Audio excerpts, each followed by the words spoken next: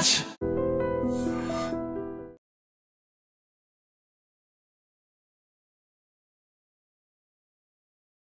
Namaste, welcome to iDream Weekend Update with Kavita.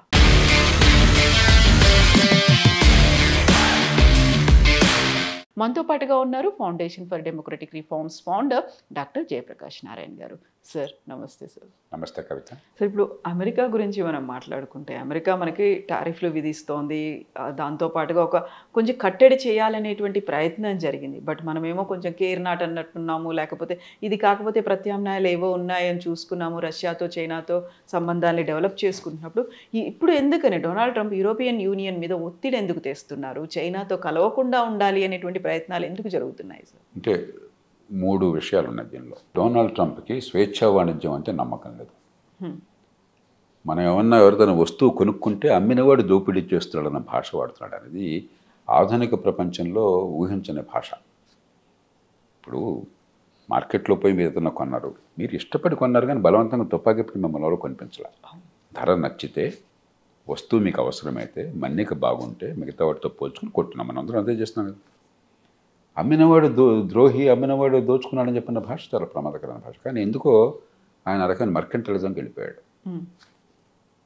రెండోది, నిజంగానే అమెరికాకు కానీ లేకపోతే యూరోప్కి కానీ ఈ యుక్రెయిన్ యుద్ధంలో రష్యా కనుక గెలిచినట్టయితే, రెండో ప్రపంచ యుద్ధం తర్వాత ఒక దేశం మరొక దేశం మీద భూమిని ఆక్రమించుకోవటం కోసం దాడి చేసి ఆ భూమిని ఆక్రమించుకోవటం మొట్టమొదటిసారికి జరిగేది.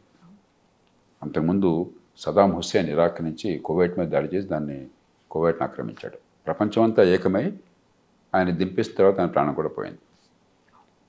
చరిత్రలో జరగల. భారతదేశం బంగ్లాదేశ్ విముక్తి కోసం మన సైనికులు ప్రాణాలు అర్పించి పోరాడారు, కానీ ఆక్రమించుకోవటం కోసం కాదు.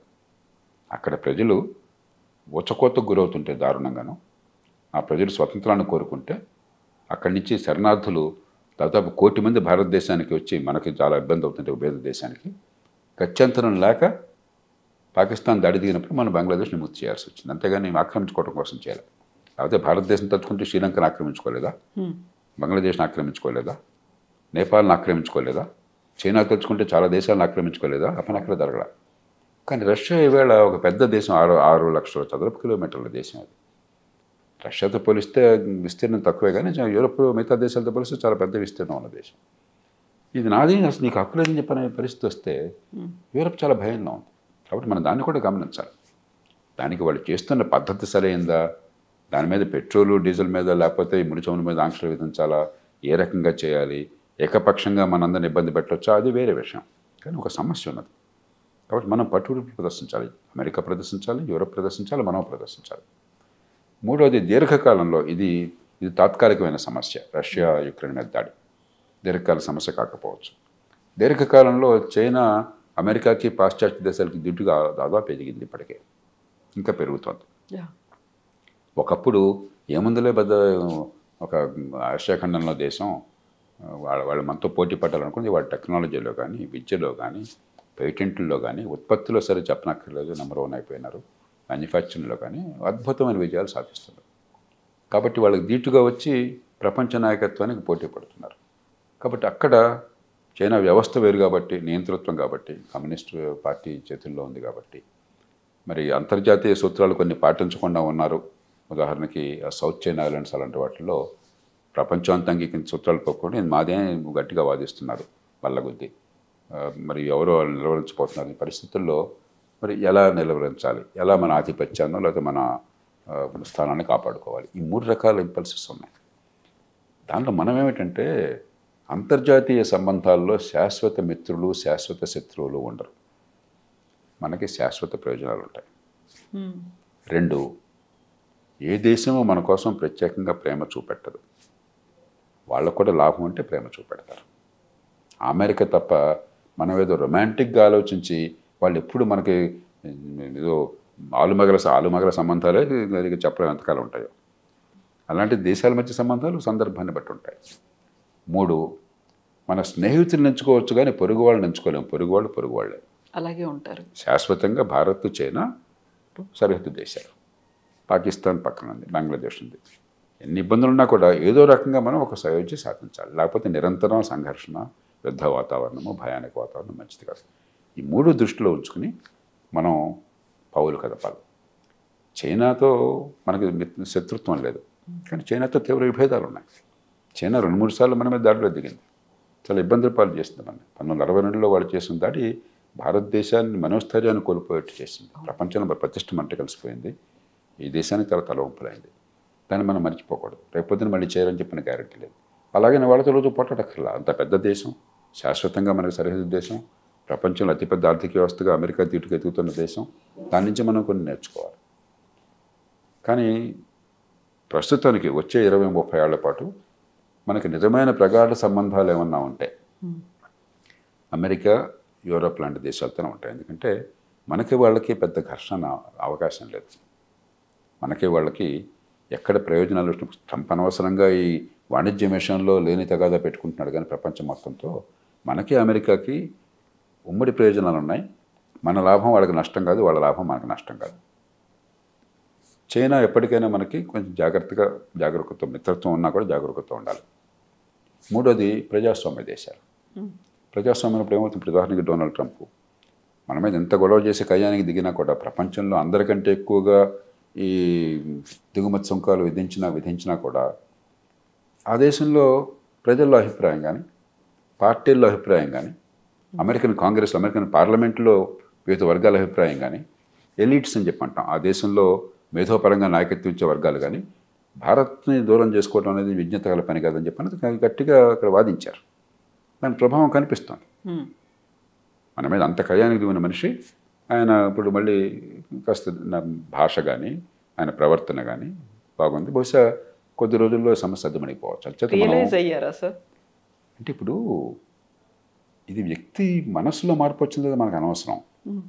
తన దేశ అవసరాలు, తన రాజకీయ అవసరాలు, తన సమాజం స్పందిస్తున్న తీరుని బట్టి పంతా మార్చుకుంటే మన వరకు ఓకే, అంతే కదా. మనమే పిల్లనిస్తున్నామా?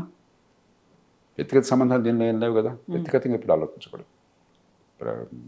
అంతర్జాతీయ రాజకీయాల్లో మనకి వ్యక్తిగత ప్రతిష్ట, వ్యక్తిగతమైనది, ఒక ఈగో, అహంకారం ఇవన్నీ ఉండకూడదు. దేశ ప్రయోజనాలు ఏమన్నా వాళ్ళకి కానీ మనకు కానీ. కాబట్టి మనం కొన్ని చిన్న ఇబ్బందులు వచ్చినాయి, వాటిని మనం బహుశా పరిష్కరించుకునే అవకాశం కనిపిస్తుంది మన కళ్ళ దగ్గర. మంచిదే అది. అంటే ఈ ఉదంతం నుంచి మనం నేర్చుకోవాల్సింది ఏమిటంటే మన అంతర్గత బలమే మనకి శ్రీరామ రక్ష. అందరితో సంబంధాలు బాగా పెట్టుకుందాం, కానీ మనం ఎవరి మీద కూడా ఆధారపడకూడదు పూర్తిగా. 2, మన బలాన్ని మనం పెంచుకోవాలి. మన ఆర్థిక బలం ముఖ్యంగా ప్రధానంగా పెంచుకోవాలి. అదే రాజకీయంగా ఐక్యకంఠంతో దేశంతో లోపలంతా మల్లాగొల్లాలు పడినా కూడా దేశం లోపల ప్రపంచానికి మనం ఒకటే కంఠం, ఒకే వాక్, అది ఉండాలి. ఆ ఐకమత్యం కనిపించాలి. అప్పుడు మన గౌరవిస్తారు. అప్పుడు తొందరపడి మనకి ఇబ్బంది కలిగించే పని చేయరు. సరే, ఇప్పుడు అమెరికా చెప్పిందని యూరోపియన్ యూనియనో లేకుంటే ఇంకో కంట్రీయో వింటుందా? భారతదేశం మీద మీరు ఇలా ఒత్తిడి తెండి, లేకపోతే ఇంత టారిఫ్లు పెంచండి, మేము 50% చేసాం, మీరు 100% చేయండి అంటే? భారత్ మీద కాదు, అది మళ్ళీ మనం కొంచెం అంతా మనం సొంతంగా మనమే చేసుకుంటున్నాం కాదు. రష్యా ఒక పెనుభూతంలాగా యూరోప్కి, అమెరికాకి కనిపిస్తుంది. ముఖ్యంగా యూరోప్ కనిపిస్తుంది. పశ్చిమ యూరోప్ దేశాలు హడిలిపోతున్నాయి ఇప్పుడు.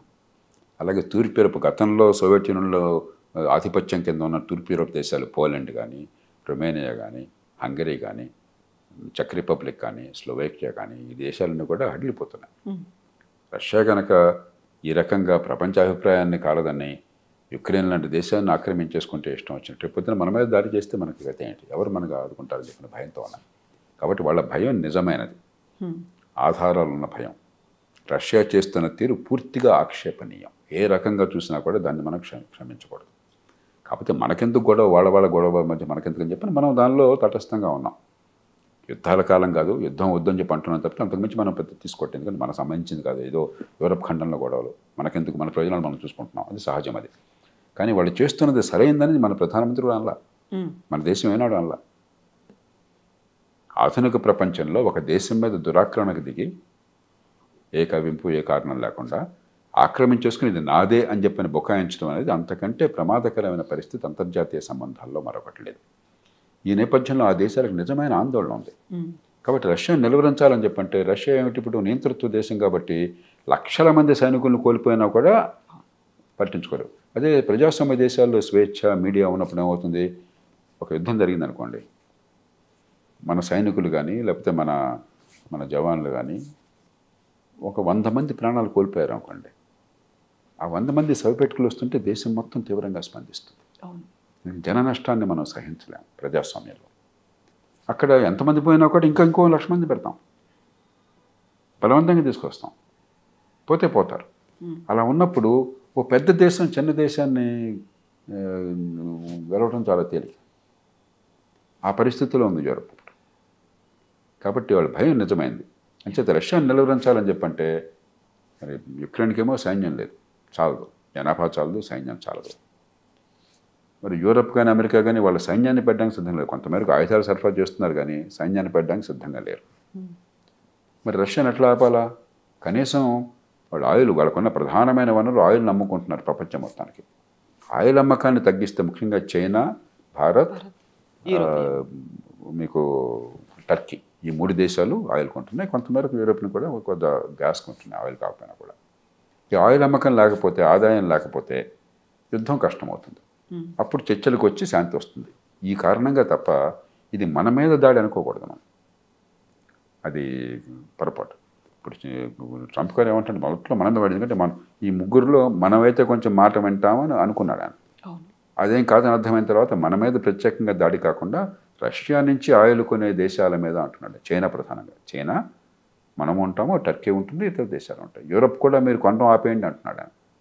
కాబట్టి ఇది పెద్ద వ్యూహంగా చూడాలి కానీ భారతదేశం మీద దాడిగా మనం భావించకూడదు. సార్, ఇప్పుడు భారత్ స్టాండ్ ఇన్ని రకాల పరిస్థితులు ఉన్నప్పుడు మోదీ తీసుకున్నటువంటి స్ట్రాటజీ ఎలా ఉందంటారు సార్? మన దేశ ఆత్మగౌరవాన్ని కాపాడుకున్నాం.